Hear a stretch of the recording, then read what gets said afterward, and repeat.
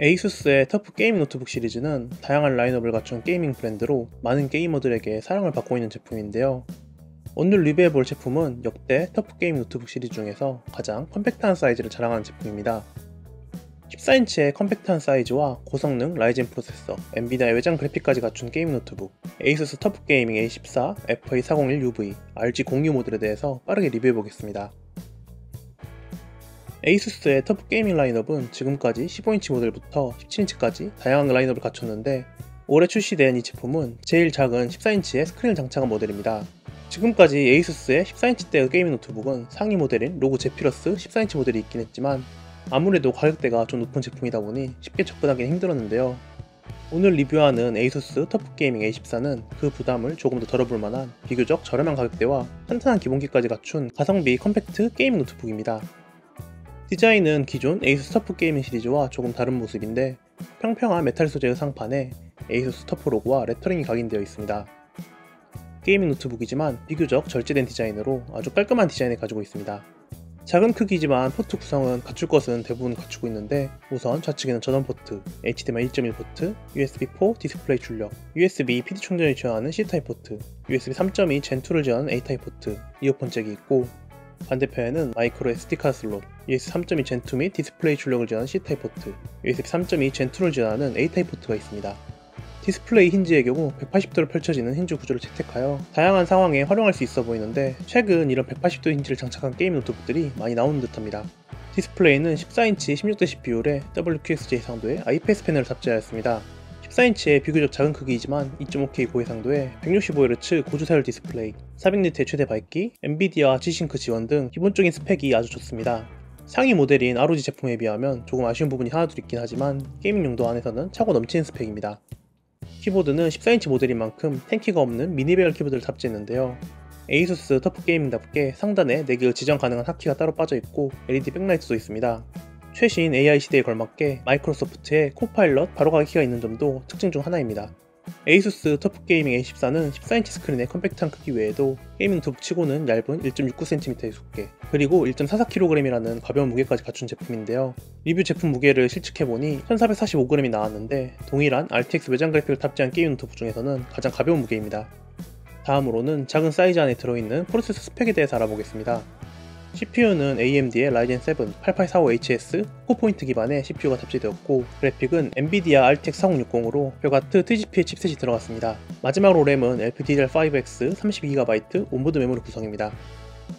내부를 분해해서 상세 스펙을 더 살펴보면, 우선 분해는 에이수스 제품답게 아주 간단하게 분해가 가능한 편이었고, 작은 사이즈지만 그래도 고성능 칩셋을 탑재한 만큼 듀얼 쿨링팬과 여러 개의 히트싱크가 갖춰진 구조를 볼 수 있습니다. 램의 경우 앞서 말한 대로 LPDDR5X 규격으로 온보드 메모리라서 업그레이드는 불가능하지만, 이 제품은 32GB의 메모리로 이 정도 사양을 선택하시면 큰 문제는 안 될 것 같습니다. SSD의 경우 2개의 NVMe SSD 슬롯을 갖추고 있어서 추가 확장이 가능하고, 기본 PCI 4.0 기반의 512GB SSD를 탑재했습니다. 배터리 용량도 14인치 크기치고는 상당히 큰 편인 73W의 배터리를 탑재하여 고성능에 그나마 대비가 되는 모습입니다. 스펙 구성에 이어서 벤치마크를 해봤습니다. 시네벤치 11G13 CPU 벤치마크 결과는 멀티코어 17549점, 싱글코어 1775점으로 최신 라이젠 7 프로세서답게 높은 점수가 나왔는데요. 동일 프로세서의 15인치 모델과 점수를 비교해보면 거의 비슷하거나 살짝 더 높은 정도로 크기가 작다고 해서 성능이 낮거나 하진 않습니다.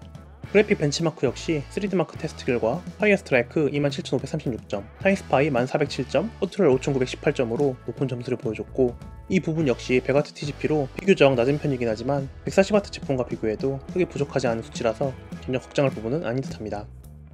벤치마크 간의 발열, 소음 측정 결과도 간단하게 정리해보면, 발열은 대기 상태에서 프로세서가 위치한 중앙 부분이 3mC 중반 정도로 살짝 따끈한 것을 제외하면 양호한 편이었고, 마찬가지로 쿨로드 상태에서도 동일한 부분이 최대 40도씨 초반까지 올라가긴 했으나 14인치라는 작은 크기 안에서 이 정도 발열을 잡아주는 것을 보면 쿨링 성능은 괜찮은 듯 보입니다.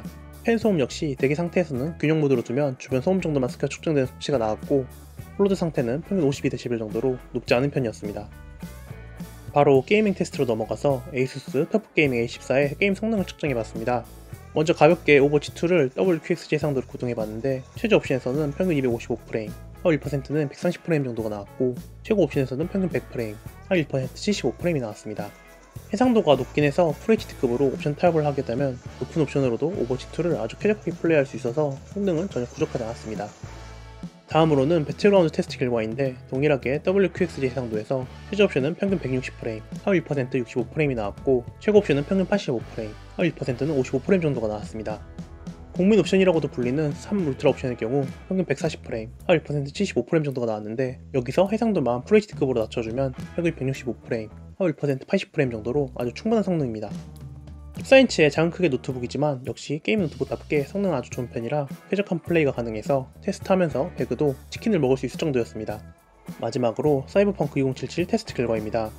벤치마크는 레이트레이싱과 DLSS 유무에 따라서 테스팅 결과는 다음 화면과 같고 높은 해상도를 고려하면 비교적 성능이 잘 나오는 편이었습니다. 인게임 플레이 역시 WQXG 해상도, 중간 옵션의 레이트레이싱과 DLSS 극형 기준으로 평균 45프레임, 하위 30프레임으로 플레이는 가능한 수준이었고 여기서 해상도를 FHD급으로 낮춰주면 평균 프레임이 60프레임대까지 올라갔습니다. 14인치의 작은 화면 크기를 고려하면 FHD 해상도도 충분히 괜찮은 편이라 해상도 타협을 하고 나름 괜찮게 플레이가 가능한 수준이었습니다.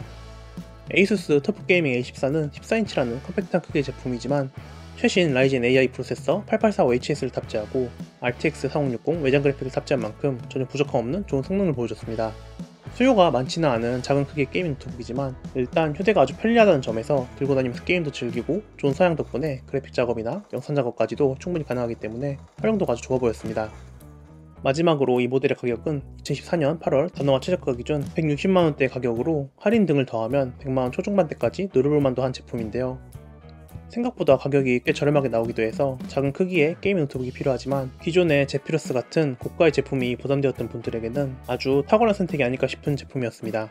저도 이런 작고 고성능의 제품을 좋아하는 편이라서 아주 만족스럽게 이번 제품을 사용해봤던 것 같습니다. 여기까지 ASUS 터프게이밍 A14, FA401UV, RG025 리뷰였습니다. 긴 리뷰 끝까지 봐주셔서 감사하고 전 다음번 다른 리뷰에 찾아뵙겠습니다. 감사합니다.